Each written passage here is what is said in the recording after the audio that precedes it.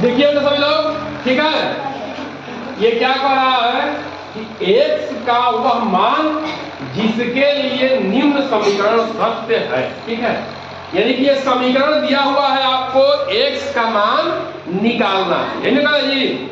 अब देखिए बेटा, इसमें बोर्ड मास का प्रयोग होगा, क्रॉस मल्टीप्लिकेशन का प्रयोग होगा, थोड़ा सा आपको ध्यान से देखना है, पहले लिखना कुछ नहीं है, ध्यान से समझिए। देखिए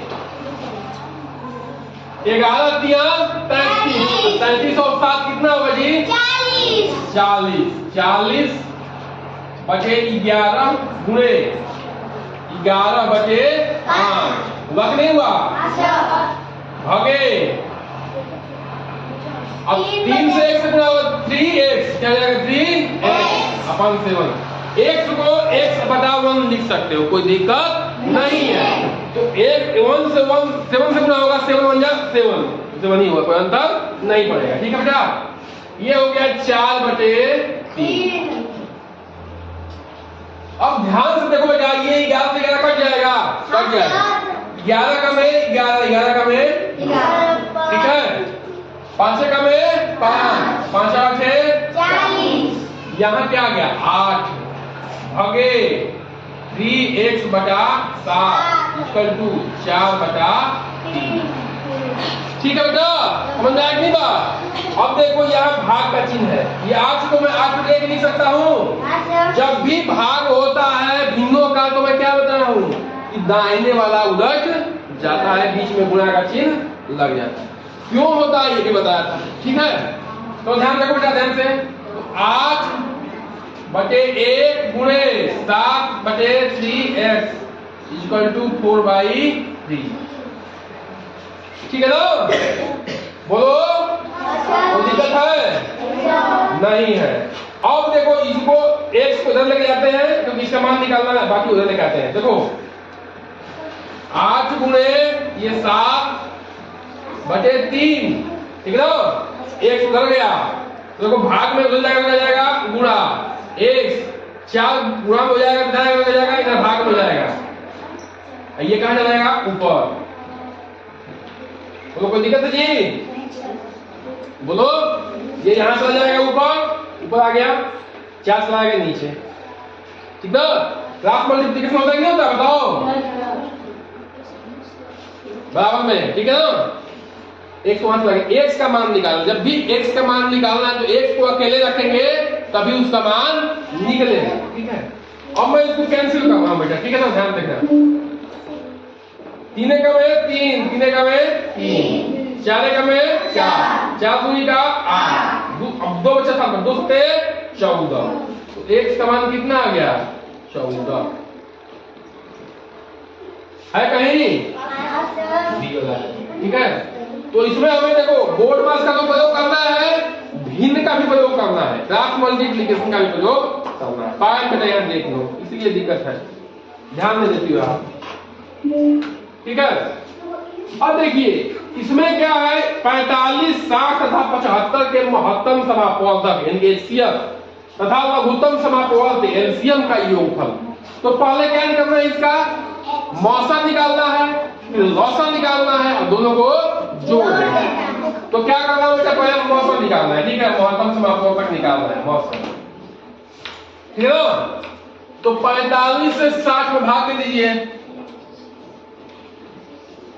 60 में 45 का में 45 भाग जिससे करना है, ये कितना जाएगा 15।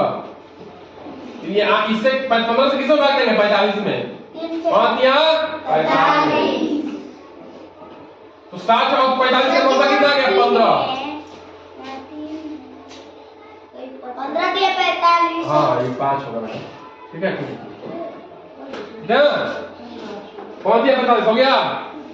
अब क्या है, तो इन दोनों का मौसा 15 आ गया, 15 से घटाओ किसको 75 को, तो कट जाएगा ना, 15 से घटाओ 75 को, तो कितना होगा 15 15 15 30 15 30 15 60 15 बचे 75 भाग में और गुणा में बेटा इसका वाला रोल। तो मौसा कितना आ गया जी 15, मौसा आ गया आपका 15। ठीक है, अब क्या निकालना है इसका लौसा, लौसा निकालना है। ठीक है, 45, 60 और 75। दो से भाग जाएगा इसमें, आ जाएगा 45, 7 का आधा कितना होगा 30, 75। दो से भाग जाएगा 45, 15, 75। 3 से कट जाएगा, ठीक है। 3 से घटाओ, 3 का में 3, 3 बचे 15, 3 बचे 15, 3 दूनी का 6, 3 बचे ना, फिर 3 से कटेगा ये, 3 बचे 15, 5, 25, हाँ जी 5 से कटेगा 1, 1, 25, फिर 5 से तब क्या आ जाएगा 1, 1, 1, ठीक है ना।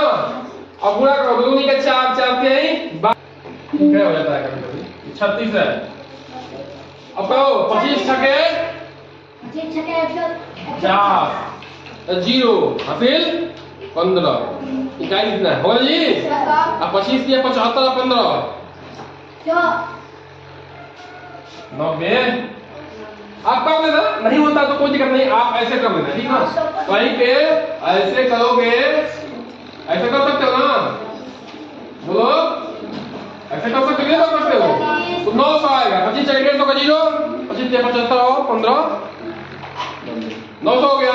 ये क्या है 900, तो 900 और 900 क्या करोगे जोड़ना, योगफल में पूछ रहा है, ये क्या पूछ रहा है योगफल में जोड़ने के बाद, तो 900 अधम 900 कितना आएगा जी 915 है और 900 है, ये आ जाएगा, ठीक है। समझ आए जी। चलिए देखिए बढ़िया बढ़िया सवाल है, इसको आप लोग नोट करिए।